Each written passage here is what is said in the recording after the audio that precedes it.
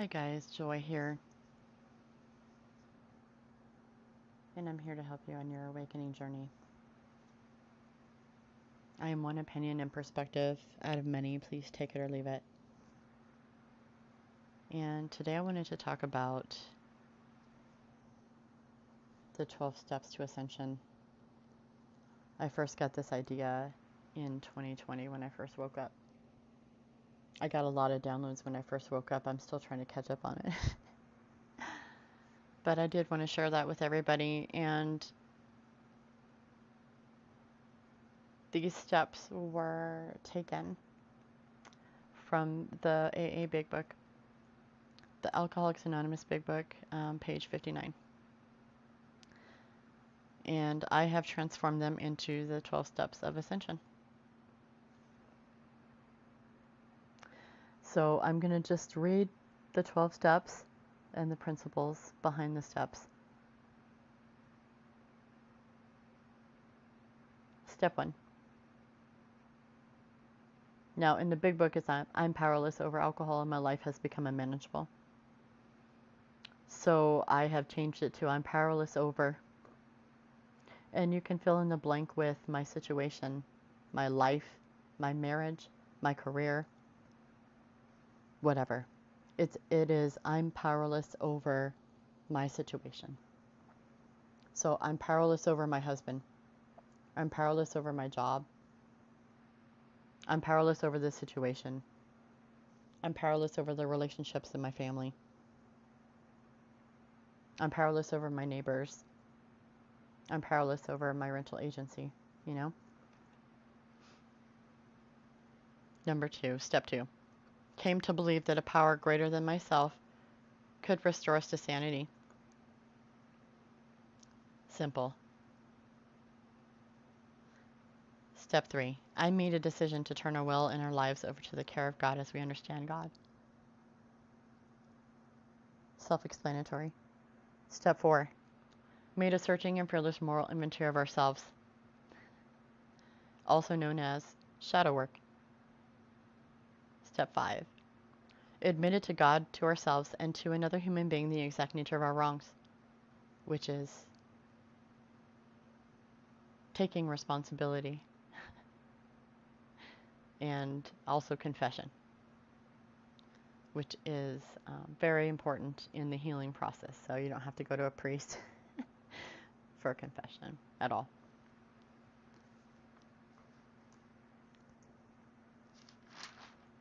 Step 6. We're entirely ready to have God remove all these defects of character. Step 7. Humbly ask Him to remove our shortcomings. Step 8. Made a list of all persons we had harmed and became willing to make amends to them all. Step 9. Made direct amends to such people wherever possible, except when to do so would injure them or others. And that one, I'll go in deeper later. I'll delve in deeper for you guys later. That's the end of this action steps. Starting with the maintenance steps. Step 10. Continue to take personal inventory, and when we were wrong, promptly admitted it. Most of the time that's done by journaling. 11. Sought through prayer and meditation to improve our conscious contact with God as we understood Him, praying only for knowledge of His will for us and the power to carry that out. And step 12. Having had a spiritual awakening as a result of these steps, we try to carry this message to others and to practice these principles in all our affairs. And what principles are these, you might ask? Let me tell you, from having worked all the 12 steps. Step 1 is honesty. Step 2 is hope. Step 3 is faith. Step 4 is courage. Step 5 is integrity. Step 6 is willingness. Step 7 is humility. Step 8 is love. Step 9 is forgiveness. Step 10 is discipline. Step 11 is awareness. And the step 12 principle that we practice in all our affairs is service. Service to others. And I don't know how many people are aware of the exact 12 steps, but those 12 steps were divinely given in a channeled manner to the creators of Alcoholics Anonymous, Bill W. and Bob, Dr. Bob, and they put it in a book with others, and it's helped thousands of alcoholics, straighten their lives out. Addicts, not just alcoholics, because my drug of choice was not alcohol. My drug of choice was meth. And from the time I was 14 to 22, I was on meth. And I was a runaway. And I ended up getting raped and living on the streets. And all in the name of, I guess, clearing karma. I believe I was sabotaged a little bit along the way. Because the enemy knows who I am. I don't even know who I am yet. But they knew. They do. They know. They put, meth in my way. It could be contracts too. I don't know for sure, but I know I stuck needles in my arm. I know that I was a mother at 15 years old, and I was a runaway, and I was a dropout, and I was, I was a prostitute at one point, and I walked the streets, and I took care of myself, and I lived on a whim, and I didn't trust anybody. I didn't depend on anybody. And honestly, I wasn't in the best hands, to be honest with you. But all of those things that I went through make me who I am now. And I had to do those things in order to get to where I am today, to prepare me for what I'm going to become. And I don't even know that me yet. That me is just a dream. Still, it's just a vision. It's an inception in my mind right now, and I want to share that with other people. It is possible to heal from damage that other people has done to you. It is possible to have self-esteem. It's possible to look at yourself in the mirror. It's possible to receive love, even though it's painful to open up at first. And I can relate to that because it really hurts. It hurts to know that I've been abandoned by a lot of people in my life, and that is something that I needed to do. It's something that I had to deal with in order to be who I am. And I forgive them. I forgive those people. I forgive the person that raped me from the army when I was walking the streets. I forgive the boyfriend that beat me into submission and made me live under his thumb and taught me how, to be a girl living under their thumb, like very controlled, just keeping your eyes down, only speaking when spoken to.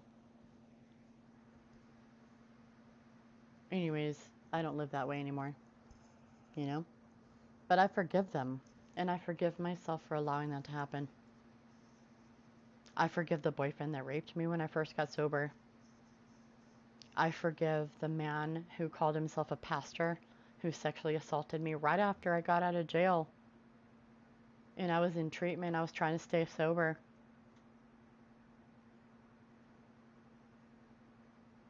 I forgive him. I forgive his wife for blaming me for that interaction when I simply was just there. I didn't ask for that to happen. I didn't want that. You know? That's not what I wanted. To the person who gave me a ride home from Compton to Riverside when I was 17 years old and raped me and made me never want to wear leggings again, I forgive you, because obviously you don't even know who you are. You're lost. You were lost. And I think you have regretted that every single day of your life, because you should. You should have. I'm not sorry for saying that.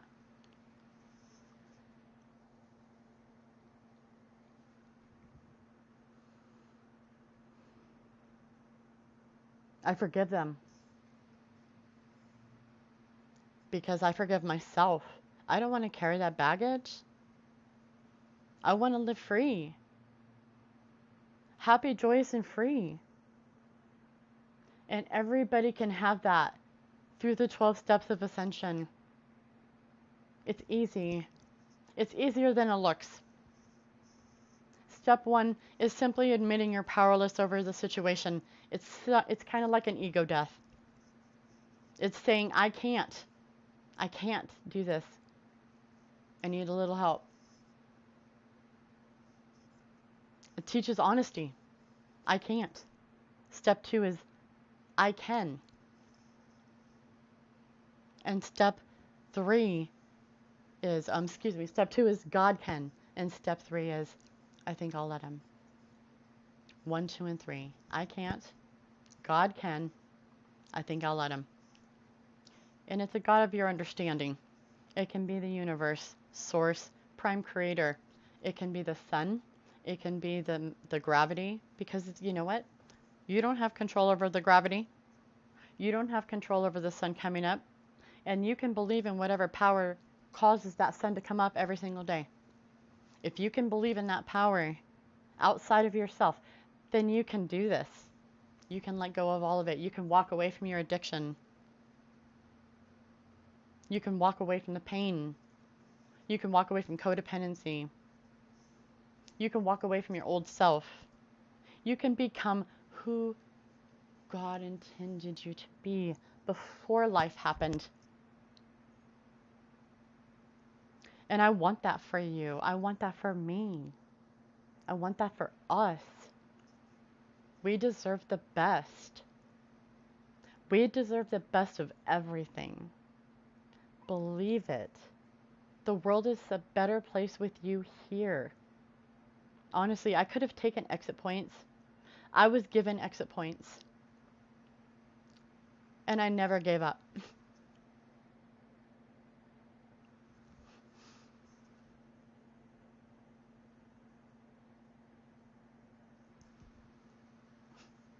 I chose to be here.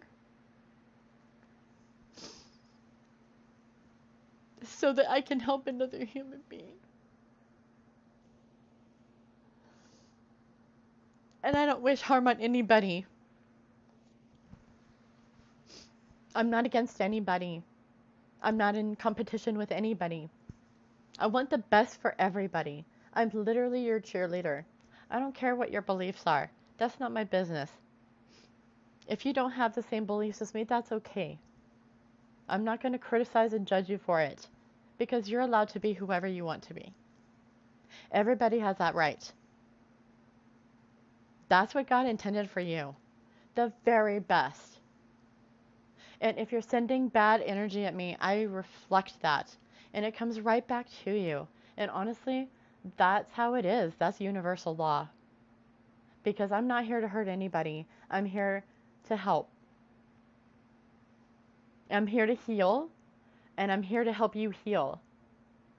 I believe that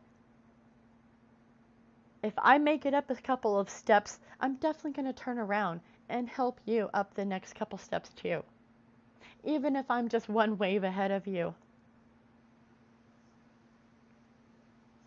We need to get to that point where love, it doesn't matter, just love. Just love. Just love. Love where you are. Love where you are. Love who you are. Love what you look like right now. Love your job. Love it. Just love it. Love it fiercely. Love your home. Love your children. Love your pets. Love your stuff. Just love it. Fiercely. Try to get in that mindset and watch things change. You will see things change around you magnificently. Our future is so bright. It is beyond anything that we could have ever seen. Our future and the future of our children is so incredible. We're doing this together, you guys. And if you don't get anything out of this audio, then just take with you that I love you. You know? Regardless of what you've done. Unconditionally. There's nothing wrong with you. There's never been anything wrong with you. And everything that we've ever gone through is exactly as it's meant to be. Bad or good. It just is. It just is. Our parents did their best. Our parents did their best with what they had. Even if we don't think it was. That's the best they did at the time. And love them. Love your mistakes. Love yourself. Love all of your flaws. Just love fiercely. Until next time, I love you guys.